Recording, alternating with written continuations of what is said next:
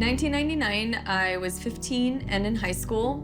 It wasn't until I noticed changes on my elbows and my knees that I started wondering what was happening. And then when it started flaking up is when I knew this has to be psoriasis. And I only knew that because my mom had it, I got it, and I was only worried about what's gonna happen next.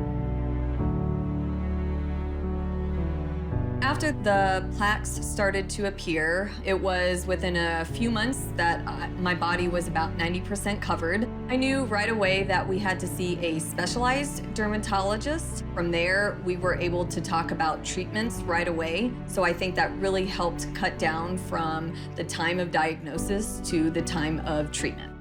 Within a few weeks of that treatment, we saw a lot of the plaques diminish, which was really exciting.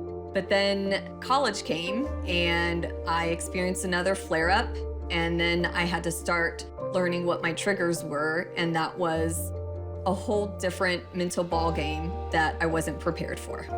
That is when I realized this was a chronic condition that I was going to live with for the rest of my life. That's when I started to do all the self-education and research. I knew that we were going to have to try all different kinds of medication and treatment. Towards the end of college, I actually ended up trying a biologic, but that only temporarily helped for about a year. For my scalp, we tried tar shampoos, which seemed to help for a few years, but even now, 30 years later, I still have severe scalp psoriasis, and I do still have it on the initial places I had it when I was first diagnosed, so on my elbows and my knees. In 2008, my husband and I had the opportunity to move from Houston to Hawaii. The environment was a big factor for my psoriasis. I could actually feel my elbows and I wasn't feeling my plaques anymore.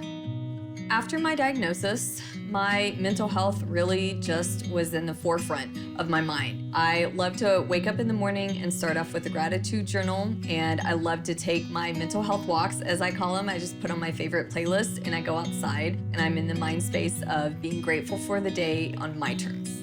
We need people like me living with psoriasis to talk about it and help other people who are living with psoriasis feel less alone. That's why I started my blog, because I wanted to share reliable information in a relatable and easy to understand way.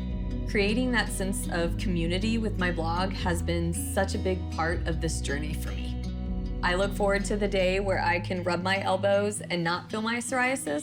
But in the meantime, if I can encourage others to not only learn about psoriasis, but also advocate for themselves, then I feel like my psoriasis diagnosis is more than just a diagnosis.